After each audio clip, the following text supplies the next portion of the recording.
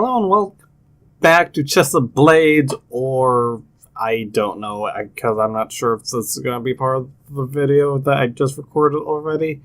I'm also kind of very tired and kind of paranoid because I kind of just watched a horror movie as a break.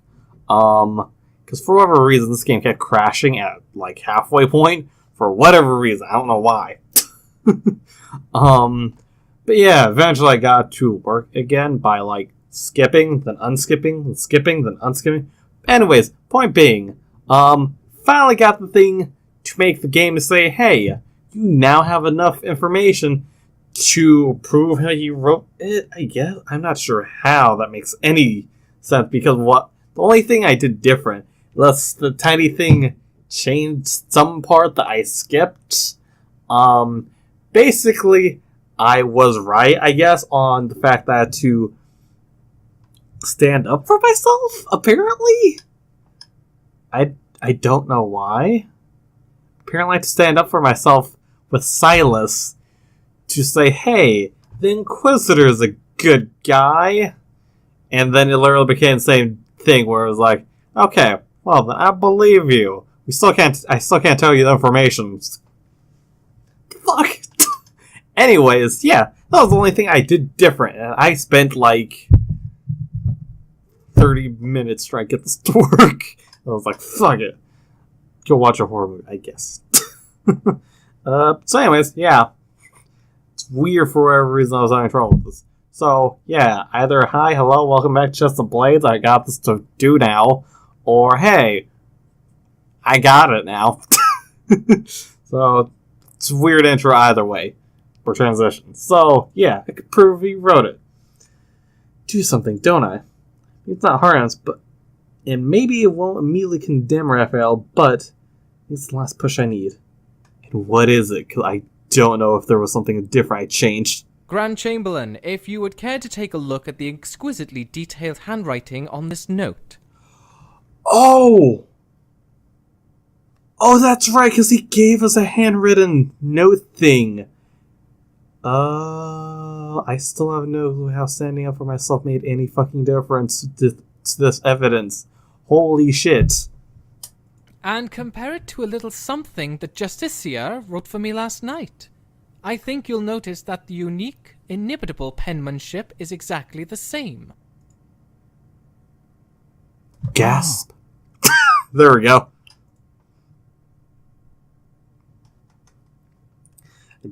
I dig the scrap of paper Raphael gave me with his room number and hand it to the attendant, along with the note.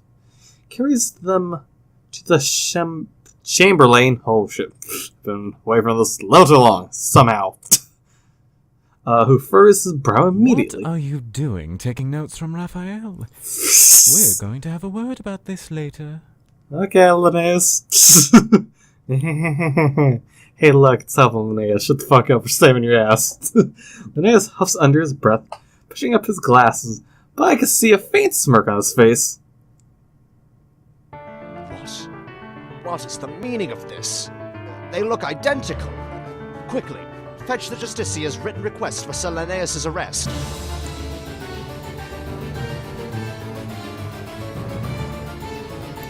The Chamberlain motions patiently to the attendant, hurries off with a hasty bow.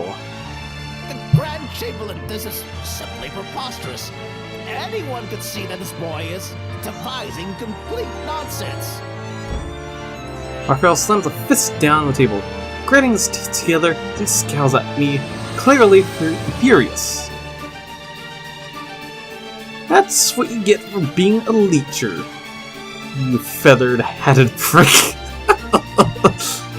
Didn't we call him something like that early on, when we met him? I feel like we called him something super early on. Not later, the attendant comes rushing back and handing a scroll to the Grand Chamberlain. Chamberlain's eyes steadily grow wider. He glances between the scroll and the two pieces of parchment, until they look like they're about to pop right out of his head. This... I cannot believe this. We must have an immediate investigation of not only this guardsman, but the Justicia himself. Men, seize them! Search the Justicia's room at once! Unhand me, you Oh, fools! okay. I thought the music was gonna end there and be like, yeah, perfect time. Nope, it's on loop. As the guards, Raphael's former guards, rush over to him that just this year to add a howl of indignation. The advisors, who have mostly been silent, start to loudly murmur, "Gop!" The unexpected turn of The events. Grand Chamberlain, there's been a mistake, surely. I didn't write anything of that nature. It's a setup, I assure you. Okay. Clearly, he is guilty. He sounds guilty, given he sounds higher pitched. The guardsmen pull Raphael, as well as the unhelmeted guard who's been working with them, out of the room as they kick and struggle. What a disgrace. Inquisitor, I'm afraid you must be escorted back to your cell for the time being. We will hand down our collective verdict after we see what the investigation of the Justicia yields. Okay, so he's not out of it just yet, but he's for most part safe. Linnaeus rises from his seat, standing nobly and calmly, without a trace of hesitation or fear in his expression. Really stepped back from the table to stand beside him, stealing a glance at his face to try and read what he's thinking, but we probably can't. As for you, Sir Rivian, Yes? I hope you have not led us wildly astray with these accusations. Otherwise, you will inevitably face investigation yourself, along with the Inquisitor. Bitch, we have evidence, god dang it!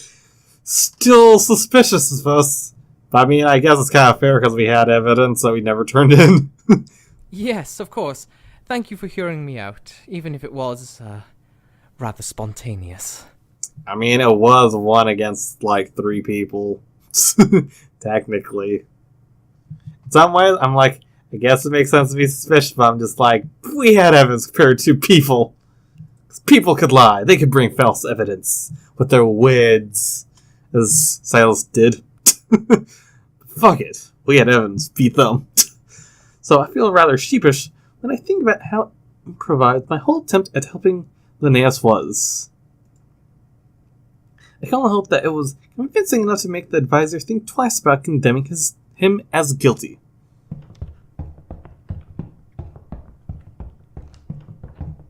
Follow Linnaeus back out into the hall, along with everyone else who isn't the Chamberlain or one of the advisors.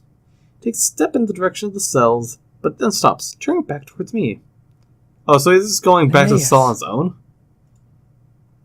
Sure what to say to him, or if I should say anything at all. Gaze at him intently, with my brow knitting in concern.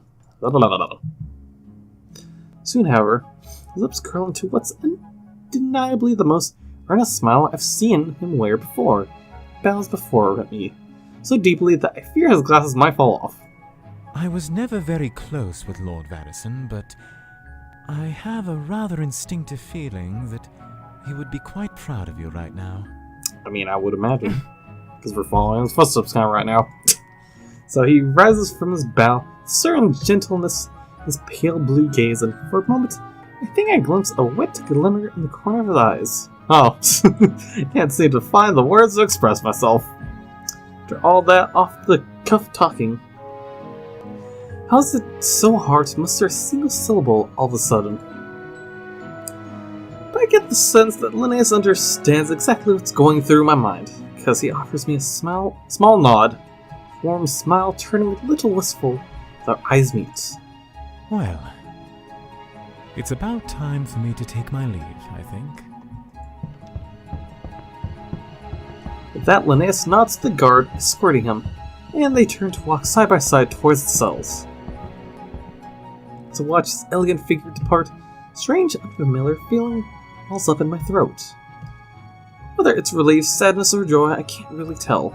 I think that, just maybe, it's a mix of all three. He lies for a long moment, taking a long, deep inhale. That's the last time I ever see him. If that's the last time I ever see him? Sir, may I have a word with you? Yes, Silas. I'm expecting us to get kidnapped at some point. But I'm just saying, there's 3 scenes for whatever reason. that we've still not gotten in Linnaeus' route, so I'm just curious if we're going to at some point. Maybe Silas himself. But anyways, when I opened my eyes and turned around, Silas was standing before me, looking far more downtrodden than usual. Assuming he's here to say sorry. Silas, what was happening back there? The butler winces slightly at my words. I was forced to say certain untruths under duress, sir. There is someone dear to me who Sir Raphael and his companion were threatening to take action against if I did not comply. Ah, I was right then. It did have something to do with Hazel then. Because we've not seen her and we tried to look for her, I believe. Someone dear to you? Had they kidnapped your family or something, or... No, perhaps a lover? I mean, there can be someone when it comes to Hazel. In a way. Not exactly, but... yeah, to my confused reply, Silas breaks out into a gentle chuckle. Finally seems back to his normal self, at least, which I'm grateful for. No, nothing like that, sir. It is someone you also know, in fact, and I believe you would wish for their safety as well. Someone I also know? He's talking about Linnaeus. Maybe my brain is broken and I'm worn out from all that stress, but I can't figure out who someone is. After your admirable performance, however, I wanted to not only express my gratitude, but also to apologize. I asked for you to be excluded last night so that I could divulge the reason why I placed the Duchess's gems in your room. But I now believe I should inform you as well. So was I with those damn jewels under my covers? After speaking with you several times, I had a sense that you were a truly honest and gentle man. And so, rather than planting the necklace in the Inquisitor's room to be discovered by Sir Raphael, I chose your room instead, with the hope that you would involve yourself on the Inquisitor's behalf and help him against further attacks. Oh, so he kinda had the intention already set up. So this was kind of I guess, orchestrated by him, in a way? In a weird way. Although he looks a little guilty, the sly smile that rises to Silas' face makes clear that he's rather pleased with himself. Well, that was a bit brash of you, don't you think? I could have kept the gems for myself, or thrown them out the window like I was originally planning. I have seen many different personalities during my time as one of the King's servants, sir. I was quite confident that you would return them to the man you trusted most at that time. Well, you chose right, Silas. Between Linnaeus and Silas, I'm starting to think that everyone can read me like an open book. Perhaps I should start working and acting a little more stoic. Regardless, I apologize for involving you so recklessly, sir. However, if you had not been part of this affair, I doubt the Inquisitor would have much of a chance to walk free. He bows before me, and I purse my lips together. What's with all of this sudden bowing from everyone? It really makes me uncomfortable. I'll let it slide this time. But good gods, man, give me a warning next time. Seeing that necklace nearly made my heart give out. Silas tries to hold back a smile, but a quiet nimbly curl on his lips. He nods his head. Understood, sir. Now, if I may offer a suggestion as for a way to spend the rest of your time until the Inquisitor's judgment, Hazel reminded me this morning of your promise to her. My promise? Oh, that's right, I said I'd take her out to the festival dinner. Oh yeah, we did. I suppose Oh, yeah. I'd best get on that, then. Better than standing here brooding for the next few hours. Thanks, Silas. It's not a bad, because he said that someone's in danger that could only be Hazel, right? I guess there's the other sir, I can't remember her name, but I have heard the butler a weak grin, to which she offers me a wink so brief that I almost miss it. Heading back to the main hall, thoughts still preoccupied with Linnaeus. However, when Hazel spots me and runs up, I put on a happy face for her. Okay, so it's not a ruse. This initial thinking. I'm expecting something to just turn around and be like, "Oh shit, we're not done yet." Anyways, maybe it's not entirely an act. I'm reminded a little of my first night here, I took her to the ballroom. Somehow that seems so long ago. While we're out at the festival, I buy her a number of sweets and some little trinkets here and there that catch her eye. The way she lights up at every new thing around her reminds me so much of my sister. Makes me a bit homesick. Well, that's the first I think we ever heard of other family members. Pass by the mask vendor at one point and stare at it wistfully as I walk with Hazel. Sir Rivian? Is something wrong? Ah, it's nothing, Hazel. Just thinking a little about the masquerade tonight. Well, don't we have masks? I think we're The good. masquerade! I can't wait to see how everyone looks. I know it'll be amazing. Are you going, Sir Rivian? I mean, depends if Linnaeus does. If he does by the end of this. I end up offering an evasive reply, trying to avoid weighing down the mood.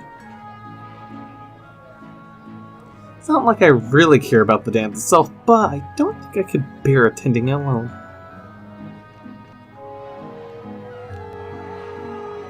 On our way back to the castle, Hazel and I stopped by the fighting ring to watch one of the brawls. Oh, it's so giant! We're gonna meet Saber here? She stares with wide eyes at two huge, fully muscular men taking swings at each other in the pit. At least I think the guy was named Saber. We met a guy here, if I remember correctly, when I was with Franz. The brawl comes to an end, and one of the fighters raises his fist up in victory as he breaks into an eager applause, along with the rest of the gathered crowd, and I join in with a smile.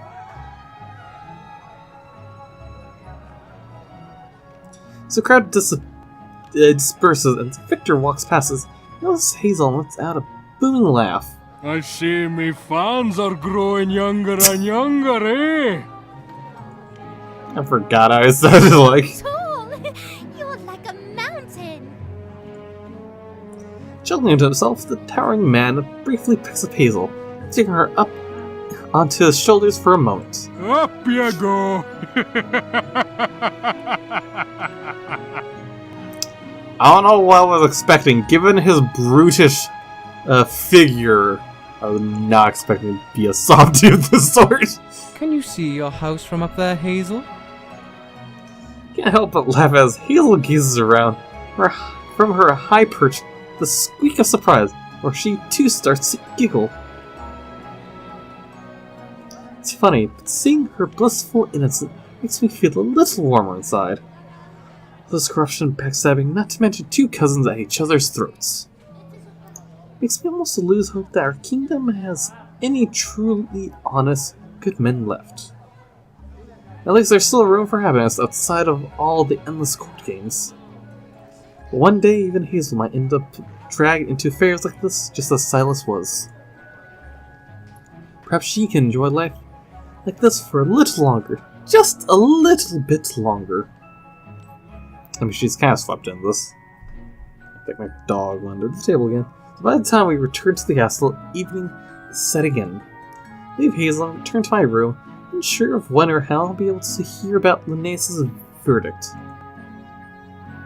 So that was just a little cute moment with Hazel and Saber, I guess. For whatever reason, I just thought we were going to question of some sort. Or he was going to question, I don't know. So I ended up pacing around for a while, tried to preoccupy myself with packing my clothes up in preparation for my departure tomorrow. As night sets in, however, I can't keep my thoughts from being distracted. I don't know what's loading. Fuck. Okay. That had me worried. I don't know if someone's gonna crash. So I pick up the mask put on my bed last night, holding it in my hand and gazing at it longingly. Really, I thought the day would never come when I would wish to be at a dance. Everything still works. Just making sure nothing breaks. We don't have the same situation we had with Franz. But life is just full of surprises, though, isn't it? Yeah, it is. Some of them less pleasant than others. I close my eyes and sit the mask gently back down on the bed. Knock comes at my door. I hold my breath for a moment, pausing desperately, trying to keep my hopes under control.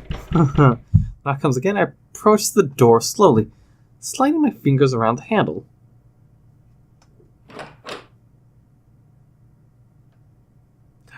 Linnaeus! I still feel like this isn't over yet. I feel like there's still something up. So anyway, there before me is the Grand Inquisitor.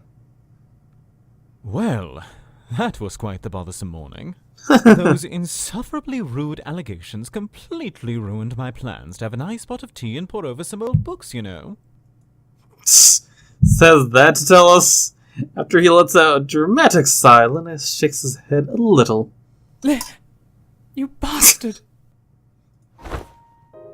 Threw myself at Linnaeus, pulling him into a hug so tight that he lets out a soft grunt. Are you trying to break my bones, Madison? I thought I told you there were consequences for trying to assault me.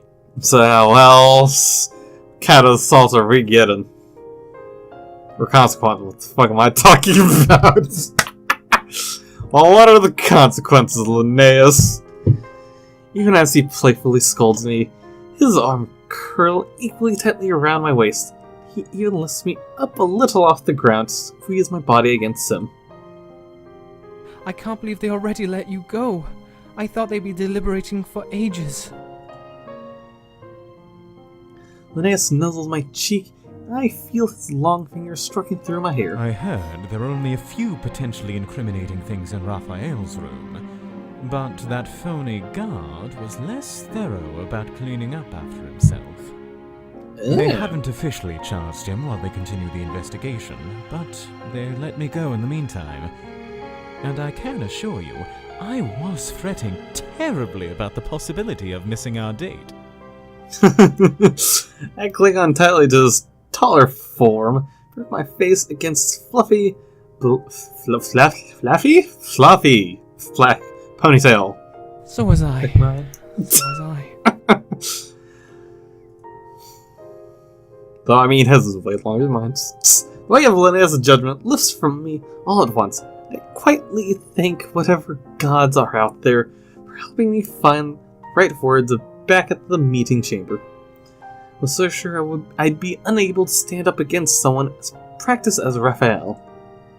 But in the end, I think he grew careless. Perhaps his bitter feelings against Linnaeus drove him to act rashly.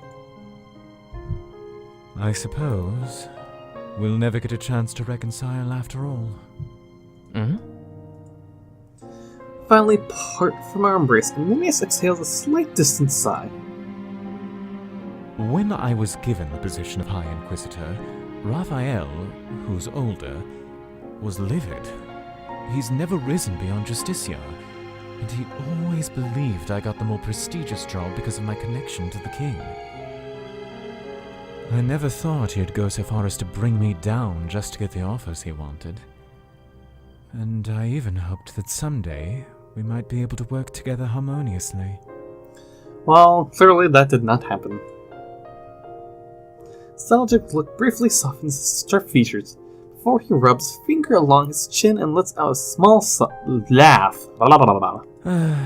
I should have known we'd never be able to cooperate. Well, I mean, he still sighs. That lurid head is simply too insufferable.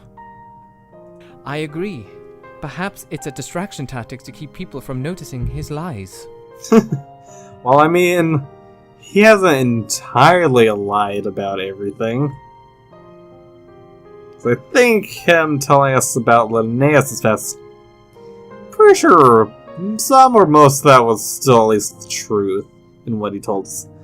Linnaeus smirks dryly, reaching up to pull off his glasses for a moment. He exhales a warm breath, lenses before polishing them with a sleeve, and then places them on his face. Well, I would be remiss not to thank you for your rather incredible performance today. I thought your accusatory shouting face suited you quite nicely. Receiving praise rarely means very much to me, but it'd be a lie to say I don't feel happy hearing it from Linnaeus. And it's because I respect him quite a bit. I know he's not the sort to give empty words or flattery where they're not due. All the pieces were already there. I just needed to draw them together so that the squabbling old fogies could see the big picture through their pince-nez. Welcome to my world. Perhaps now you understand why my patience has worn thinner than a starving maiden desperate to look good in her new corset. Pauses, then clearly his throat with a slight shift of his weight from one leg to the other. Am I misreading things, or does he look ever so slightly nervous? The fuck? In all honesty, I intend to fully express my gratitude to you for all you've done. But, if I'm not mistaken, we have a dance to attend, and I didn't spend all that idle time in my cell practicing the waltz for nothing. Okay, well, at least he occupied himself, but why was he nervous? Was it just to Oh, you're ask quite us? correct. We should make haste before fashionably late turns into just plain late. Grab my mask from the bed and slip it on. Linnaeus reaches into his cloak to pull out his own.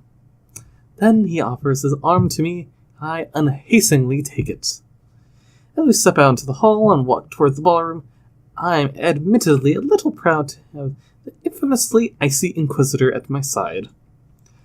Not like I'm a lion tamer or anything, although I do feel a bit like one.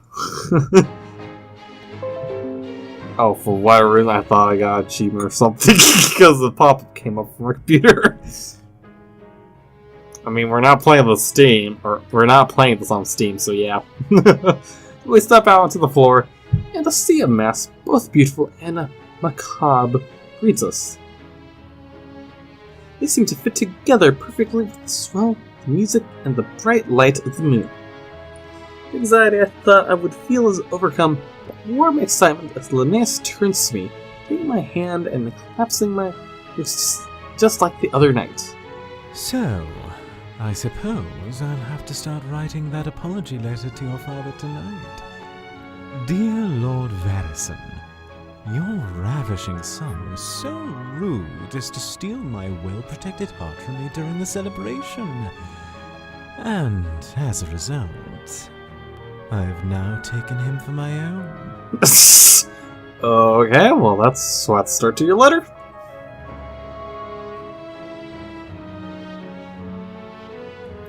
Butterflies blossom in my stomach as we start to swirl together among the many colorful masked dancers, which I barely notice. My eyes lock inseparably with Linnaeus. I think he'll understand. If he doesn't, well, you'll just have to kidnap me, won't you? Maybe I'll accidentally forget to lock my door tonight. God, the flirt here. Well then. How devious. After such an admirable display of justice, you're already back to plotting. That simply won't do. Sounds like somebody's being a bad boy. I'm just saying. This is how it feels like this is going. Linnaeus lays down to let his words brush softly against my ear, shiver in anticipation. And I'm just saying, I still don't feel like this is over anytime soon yet. Hand on my waist slides around, hits my lower back, and nudges me closer to him, where my steps off balance. Come now. Are you always so clumsy? We must train your two left feet a little better, clearly. I mean, I don't think we practiced. We just took Hale down and walked the fuck around our room. I'm starting to think I should have left you rotting in that jail cell. I wouldn't. Next few hours are filled with trade jabs between us, as well as a few sneered remarks at some of the other guests' gaudy masks. Thus my heart sees the warmer side of Linnaeus surfacing once more, the same way it did back at the festival. Of course, he's still a bit stiffer and more out of place than your average nobleman would be at a masquerade, but I'm not really one to talk. During one of our dances, Linnaeus cast a few casual glances in the direction, particularly Louis looking pair nearby. A few minutes later, he starts to gently steer me towards them, taking subtle steps that make it less apparent looking deliberately in that direction. I give him a quizzical look. However, Linnaeus shakes his head a little at me, leans in to brush his lips against my ear. Just listen. I know my nose a little at the strange command, decided to go along with his request and trained to overhear, pair through the flowing music. Speaking of the Autumn Ball, have you heard about Lady Croquise's intention to host it? Oh, yes, I have! Isn't that such a darling thing for her to do? It'll be so stressful for her, don't you think? The two chuckle to each other, but they share oddly pointed looks. It certainly would be. After the sudden passing of her late husband, she has to manage that huge estate all by herself. Yes, the poor thing. Her husband's death was so unexpected. One moment she was a shining epitome of help, and the next he was cast to death's door by a sudden illness. I feel so sorry for Lady Cookies. My head as I continue to listen to their treated words, glancing up at Linnaeus to judge his own reaction. I'm not really sure what I'm supposed to be hearing. It's like a pair of nobles gossiping about the death of Lady... What's its husband? Standard fare, isn't it? However, Linnaeus lifts his hand from my waist for a moment, not knowingly wiggle it in front of my eyes. The Autumn Ball is a highly prestigious event, one that even the king himself attends. The one with the honor of hosting it often receives a great deal of notability, and even the favor of our monarch. Your point being? It was originally speculated that these two were going to be the hosts, but the king decided to allow Croquise to have the honor instead. You can imagine the embarrassment for them after that announcement. They whisper slightly to me and start to catch on to what I think Linnaeus is implying.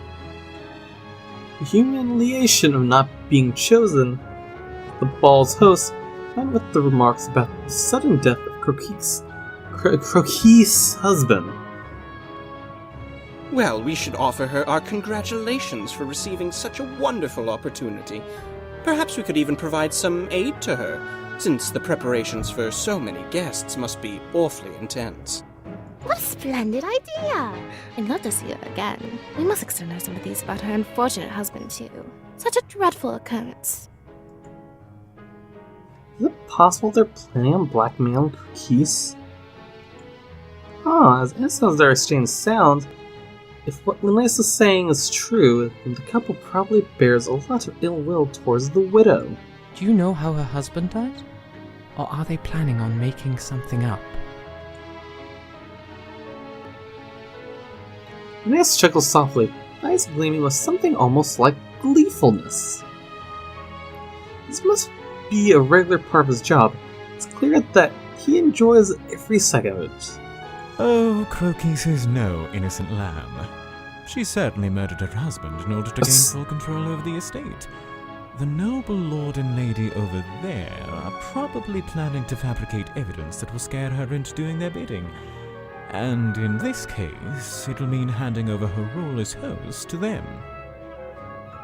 Is everyone at court just an awful person? It certainly seems like it. I'm curious how the hell he even knows these two conspiring. Saying. The middle of a dance amongst a bunch of people also dancing and music. That was interesting. Look at this taste. Just makes the Inquisitor smart craftily to himself. Some are far worse than others, but everyone has their secrets. This is the web of intrigue we dance in, my dear boy. You must learn to recognize who's pulling what strings. And before I continue, I guess this whole thing was a video.